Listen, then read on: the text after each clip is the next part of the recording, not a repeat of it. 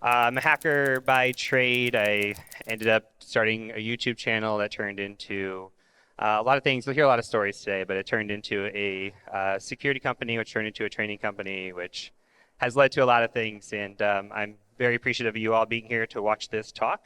I realize I'm the closing keynote, so the faster that I go, the faster you get out of here. So I'll do my best. So it's been a long journey. I've met a lot of you, especially at the speaker dinner that were in the far back room back there speaking. That was me a few years ago. So I did a campfire talk or a campsite talk, and I was back there, and now we're here on main stage, so it's been really cool. We have had a ton of fun in Deadwood. If this is your first time, hopefully you're having a great time because this is probably our favorite conference. And yeah, Black Hills is amazing. They are, I think we share a lot of same values. They give back to the community. They really care. And I don't know many people better than who works at that organization, and I really thank John Strand for all of this as well. But we've come here multiple times. We had the entire team out here last year. We had fun, perhaps a little too much fun. And so last year we came out to support John Hammond, and thank you to both John and John, honestly, because you do so much for the community. And I think there's a lot of people here because of you guys. So can we hear it for both Johns, please? Thank you. Yeah.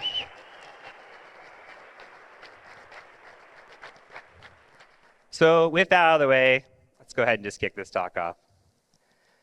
Okay, so we're going to be talking about team culture and how we can do it in this modern era, because not all of us work in the office. I bet more than half of us probably don't work in an office anymore. So how can we be a better teammate? How can we be a better manager? But also, what do we as an employee, regardless if we're a manager or an employee, what do we deserve from our employer? What do we deserve from our team? What should we be expecting, and are we selling ourselves short?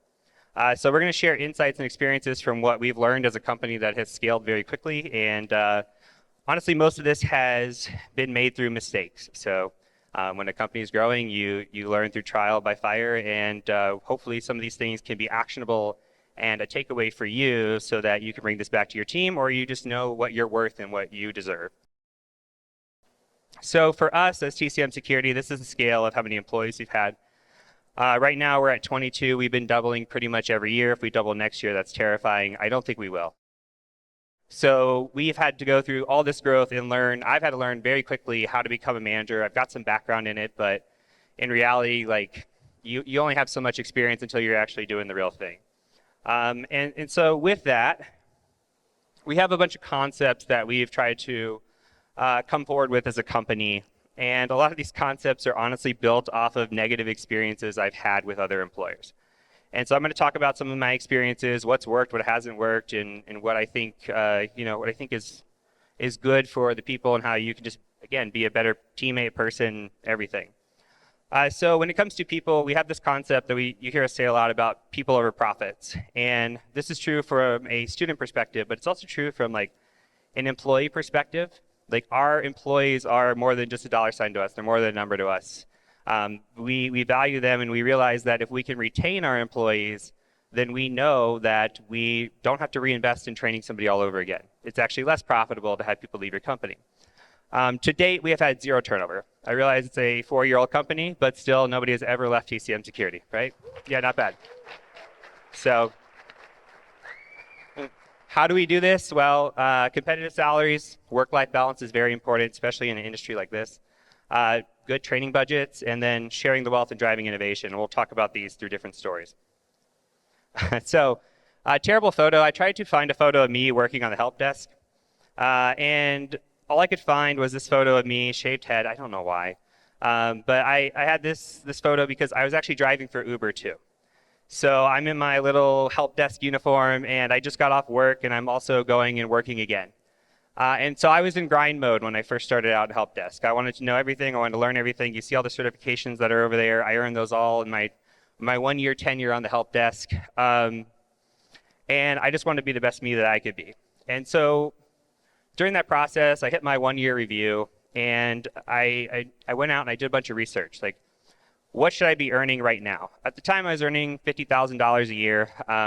And I went and looked at, like, hey, what's somebody with a year of experience, these certifications, What am I bringing of value to the company? How can I sell this to the company? Because really it's a sales pitch when you ask for a raise. And I took all that to them and I said, hey, I think I'm worth $55,000. A 10% increase, it was big, but I also did a lot. And they came back and said, we're not giving you more than $1,000. And so I was disgruntled, I'll be honest. I went out and I just started applying for jobs. I didn't know my worth, but I felt like it was a little more than $51,000. So I wanted to go see what I could get out there, and I got a job as a network engineer for $80,000. So I didn't know my worth, but my worth was $25,000 more than I thought it was. And so that brings me to a point of like, hey, you need to know your worth as an employee. Like, you need to be paid well, you need to be paid what you are worth, or you should find a different employer. Glassdoor, salary.com are great, but also just networking with other people. Find people that work in the title and the role that you want to be in, or that you are in, and be like, hey, between me and you, what are you getting paid? And try to figure out what makes sense for somebody with your credentials. For employers, pay your people, right? The cost of retraining is so much higher. If you've got to have somebody leave you in your company, you have to go train somebody else again. It takes a long time. You're spending a lot of money in investing in them. In the end, you could have had somebody that was knowledgeable, already experienced with your tech, your architecture, everything else. And there's this great Forbes article I read a long time ago that was, hey, employees who stay in companies longer than 2 years actually get paid 50% less. And we see that a lot in the Infosec community. We see people bounce jobs every year, sometimes even every 6 months. And it's real. And that's because you can go get higher salaries. Eventually it runs out, right? But you can go get higher salaries. So if you're watching this, hey, figure out what you're worth and figure out if your employer is actually paying you what you think you're worth. Next up is work-life balance. So for me, as an accountant, I had a background in accounting, and accounting is long days. I don't know if you know, but I worked in public accounting. Public accounting is usually 12-hour days, especially during tax season. And for us, I was very money motivated, I'll be honest. I grew up very poor. I took a job when I first got out of college doing accounting for $40,000 a year. I went back, got my master's, and somebody offered me $55,000 a year, but I had to move 6 hours away from anybody else that I knew, and I had to live in the middle of nowhere.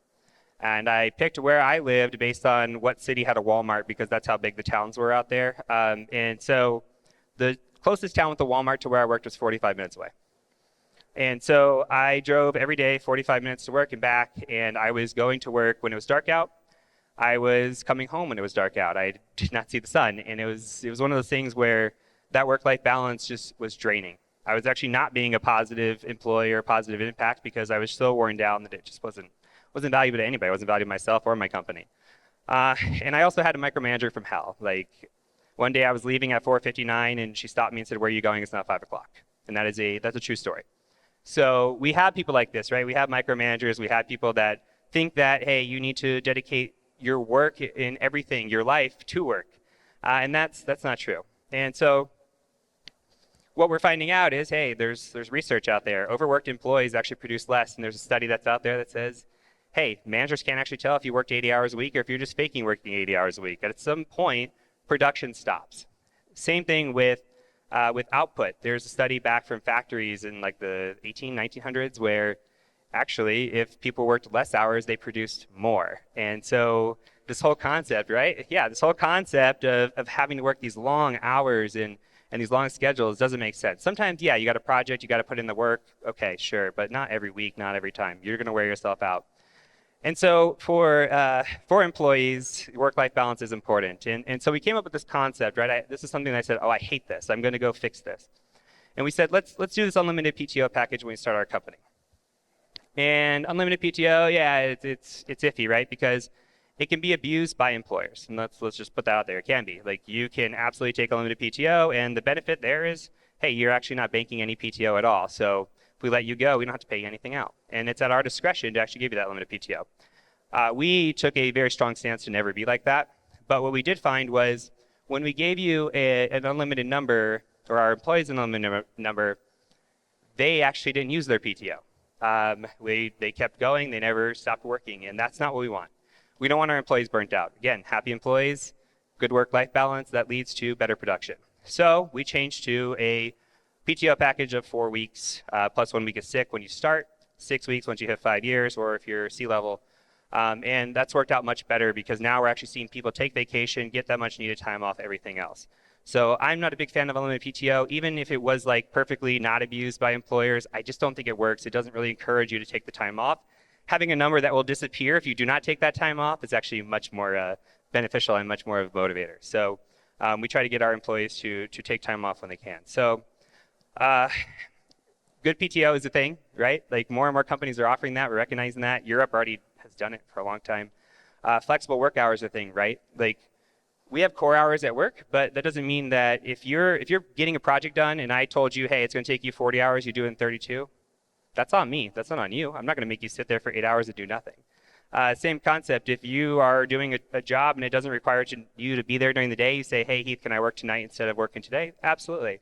Like, and having that flexibility and being able to not have to worry about putting in PTO. Like, we've seen employees, we got one employee who, when she first started, she would put like 30 minutes in or an hour. She's like, I got a doctor's appointment. That doesn't matter. Like, you don't need to put PTO in for that. And so getting away from that micromanaging and that time management and to improve the ability for employees to have, again, that flexible work-life balance. So for employers, these packages are out there. If you're not doing this, if you're not improving your packages, you need to keep up or you're going to lose your talent. All right, so let's talk about sharing the wealth. And this actually is how TCM Security was founded.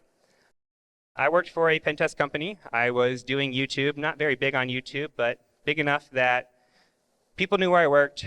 Companies started coming to where I worked and said, hey, we saw you because of Heath. We want Heath to work on our engagement. And they were selling deals based on my name. I saw $0. And so it's amazing. It goes back to the same thing with the help desk story, right? $4,000, I wouldn't even looked for a job. Like I would have thought, hey, I'm getting what I'm worth, I'm good. Same concept here, give me 10%. If I got 10%, if I would have got something out of it, incentivize me for bringing you company or bringing you clients, I would have stayed. It wouldn't even been a thought that crossed my mind. But that's when the light bulb went off and said, hey, if they're making money off of me, I can make money off of me too. And so we founded TCM Security. And that comes down to the whole concept of, hey, for an employer, 90% of something is better than 100% of nothing. Like I will drive you business if you give me the opportunity to make some money off of it. But why would I work harder and extra to give you more money if you're not going to incentivize me for that? And so this brings up another concept of rewarding innovation. So in the crowd, we've got Zach Hill. He's around here somewhere. IT career questions. Yeah, great guy. So when he interviewed with me, he said, I've got this really good idea, man, and I want to put it together. And this idea is that I want to start this program. It's now called the PCRP, where we don't rake the students over the coals when it comes to pricing. Like we have some almost like a boot camp style that we can do mock interviews. We can do all these cool things with them, coach them, get them to the place they need to be, and then get them a job.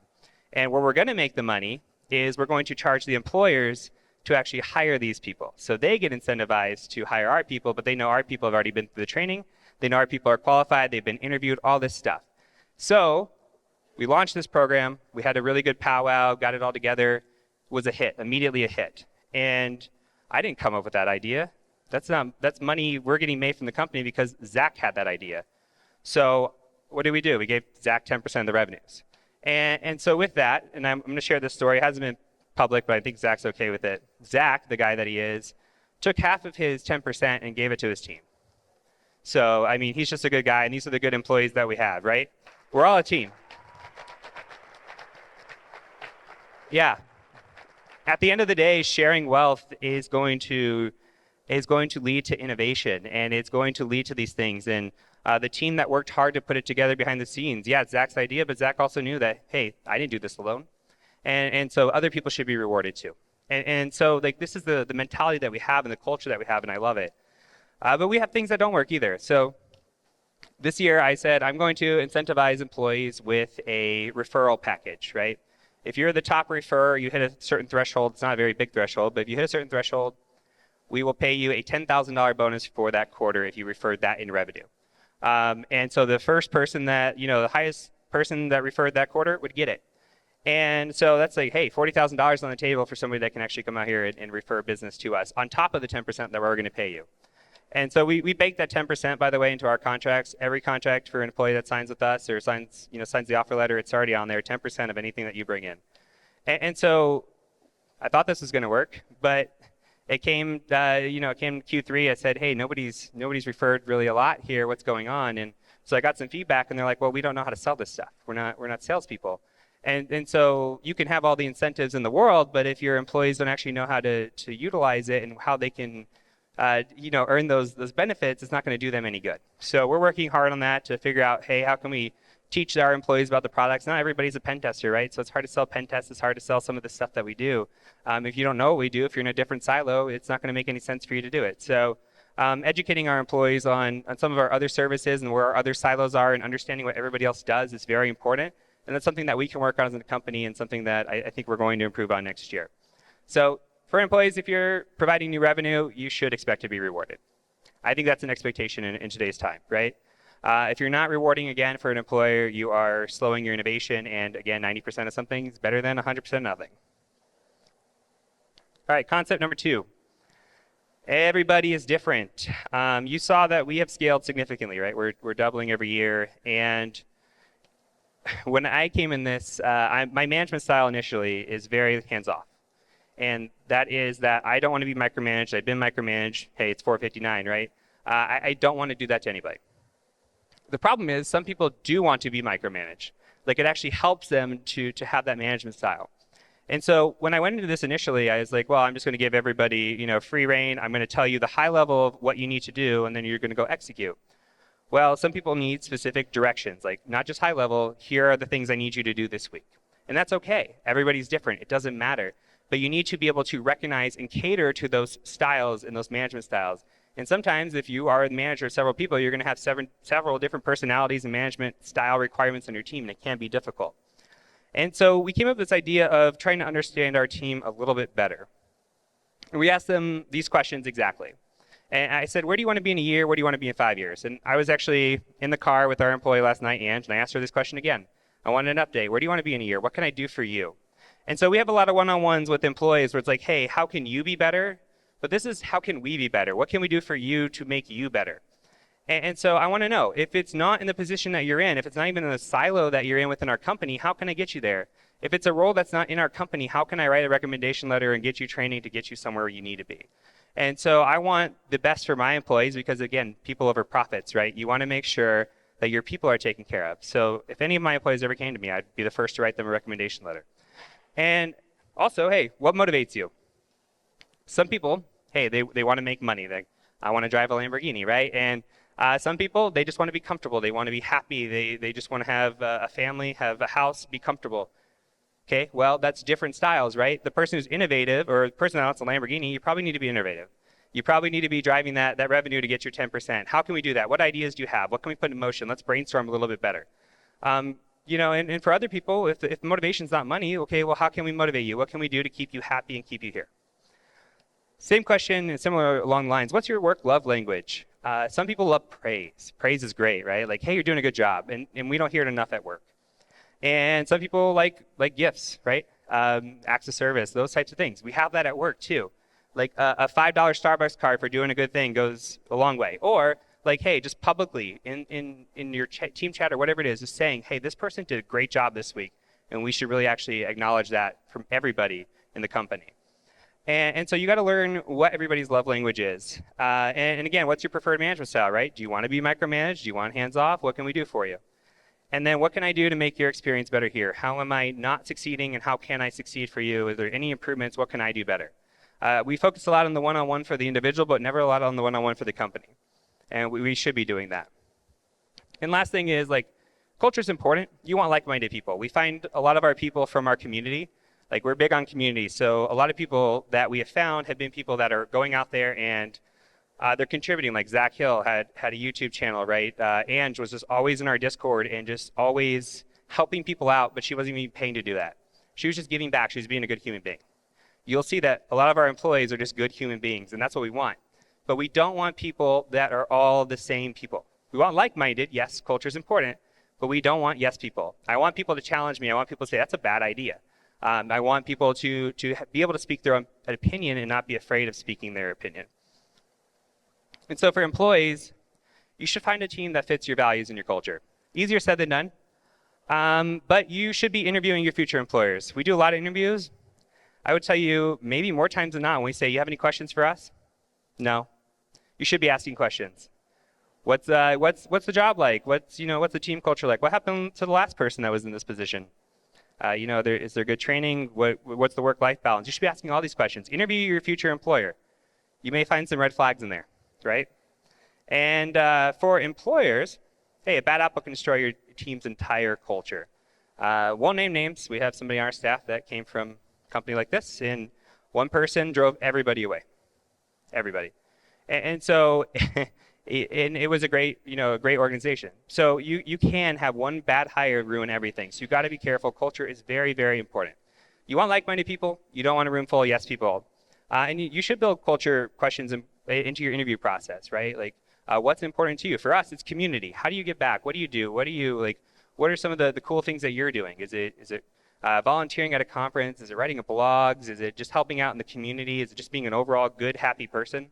We want to know about that, and we do build that into our interview process. All right, so concept number 3 is complete transparency. So the mythical bonus. How many of us have had a mythical bonus presented to us? Yeah, that's right?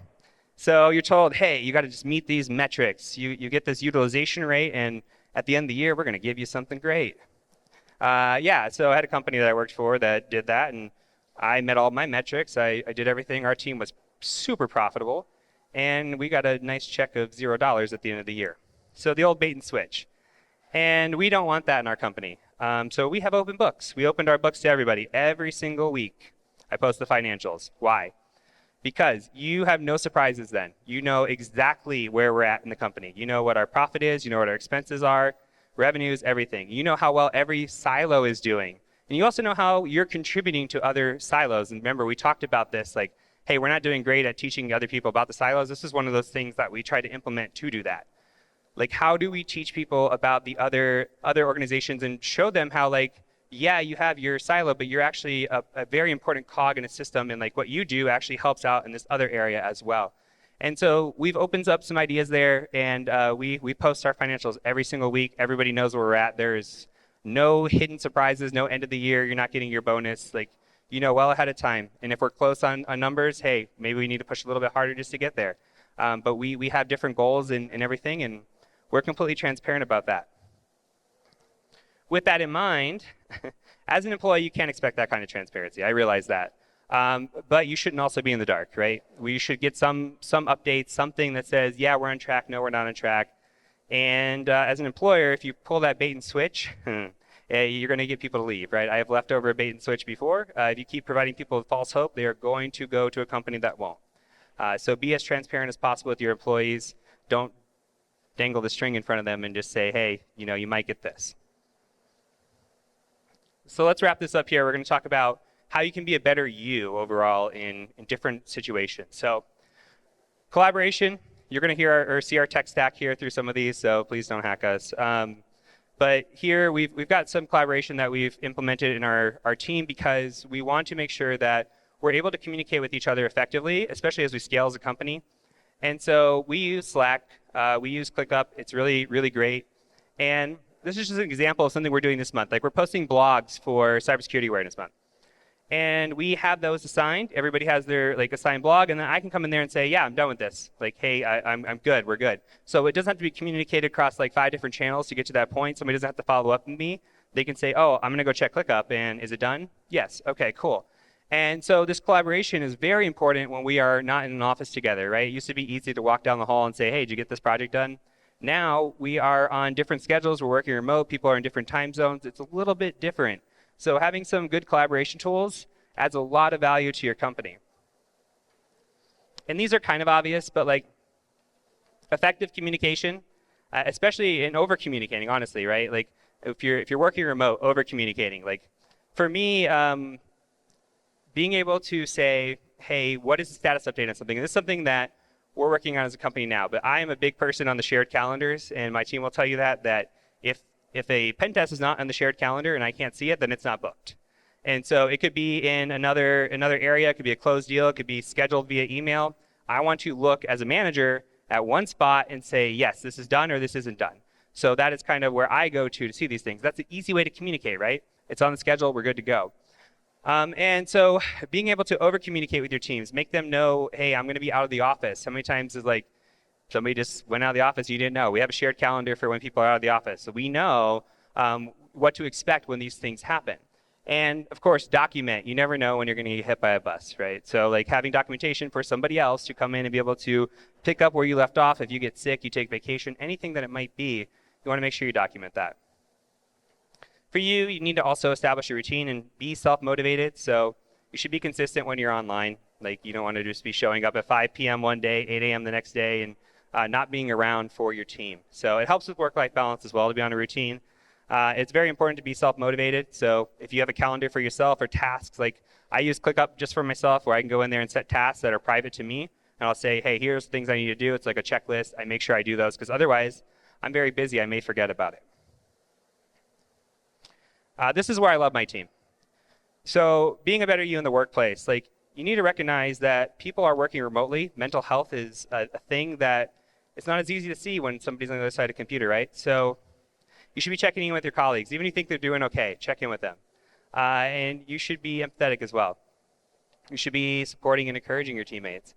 And these are both messages to me from people on the team. So hey, this one says, I saw your message in general. It sounds like you've been struggling a bit. I'm sorry to hear that. If you need my help or simply want to vent, I'm here for you. You're doing an amazing job for what it's worth. That's a good teammate. That's what you should be, a good teammate, right? And then, hey, I'm drowning with work. If you need any help writing up the report, let me know. I've already done the external. I've written it. Let me take something off your plate because I've got time. So this is the kind of team that you want to have around you. This is the kind of teammate that you want to be. No person left behind. Feedback and recognition. Ange, again, is probably our #1 star when it comes to giving feedback and recognition. These are just posts that are here in our general chat. This is for everybody to see. And these are just people doing this without being encouraged to or doing anything else. That's just the people that they are. And they're saying, hey, I want to shout this person out because they did something valuable to the company. They solved a problem. They helped out. And that's good, right? That's exciting. That's something that we should be doing. We should be celebrating our teammates' wins, not just our own victories. We want to make sure that we're encouraging others because you don't know, again, if somebody's having a bad day or a bad week, that little sentence, that little statement could change everything for them. Positive vibes. That's all you need. Ange again, better example, right? So, hey, this is great because it's going to be direct communication with their team. This is a private chat that I stole. Sorry, Ange. Direct communication. She also is a master documenter. I love that about her. And she offers praise, right? She said, hey, like a lot's happened the past week. It's been very challenging. I realize that. I, in fact, documented some stuff to make your lives easier moving forward so these challenges don't come up again. And also, you've done a great job. Like, I just want you to know that you're doing fantastic. This is from the past week. We just hired two new people on our support team, and they're crushing it. And so this is just a great example of like, hey, I can tell you that it's been hard. I realize that. I made something to make this a little bit easier, and also, you're doing a kick-ass job. And Ange is probably the best in the company at doing that. All right, let's talk about being a better you in the community. First of all, cybersecurity is a small world. If you are a jerk, it will come back and haunt you. It's just one of those things that if you're being a good person, that goes a long way as well. Just get back what you take. Like I see a lot of people ask a lot of questions but never answer any, right? There's people that just take, and they never give, and eventually people catch on to that as well.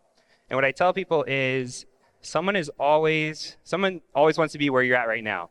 So you're like, oh, I just started studying. I'm just getting into this. Well, there's somebody that hasn't started studying that you can maybe give some advice to. Maybe you're just one certification in or one training course in or something. It doesn't mean you don't know anything. So don't have that imposter syndrome. It's very hard. A lot of us deal with it, right? But there's always somebody that wants to be where you're at right now. And overall, just be a good person. If you, I call it's just good karma, right? Like if you're out there and you're contributing to your community, people are watching. People are always watching. Again, we hire most of our people from the community because we're watching. And we want people that are positive impact, positive value to our community. And so if you're doing that, like that's a form of networking also. You want a job, go out there and help people. You never know who you're actually helping. So keep that in mind. How do we be a better you in general? First of all, self-care is very important. I'm a victim of this. Being in a company where you're working a lot of hours, you're trying to take a lot on at once. If you've seen me before, I've put on a lot of weight. I've lost a lot of weight again. And so like being able to take time for yourself and make sure that you're being healthy and being the best you that you could possibly be. That could be exercising, that could be taking breaks, like, hey, even if it's a 15-minute walk, or it's, hey, I need a day off. I need to get away from this. Again, work-life balance is so important, and self-care is so important. Please take care of yourselves. Professional development. Cybersecurity is a field that you have to continue improving, and that's why all of us have burnout, right? We all experience burnout at some point or another in this career, because there's so much to learn. There's never enough time to learn it, and we want to learn. A lot of us are just like, we love it, right? We want to go out there, we want to learn as much as we can, but we just keep getting burnt out on it. So make sure you know within where your wall is at and when you need to step away and what that looks like. Sometimes you can hit a wall just within a day. I need to get out of here. I need to step away from the computer. Or, hey, I've hit a wall. I've been working really hard on this project. I'm going to take a week off. And you got to make sure that you're focusing on yourself. And again, you have an employer that cares about you, your mental health, your work-life balance, all of that. And complacency can be a cybersecurity career killer. If you are not studying, you're not keeping up, it's going to be difficult. So make sure that you are investing in yourself, that you find an employer that can invest in you and has a good training budget and sees you as a person and not profit. And that's it. Thank you very much.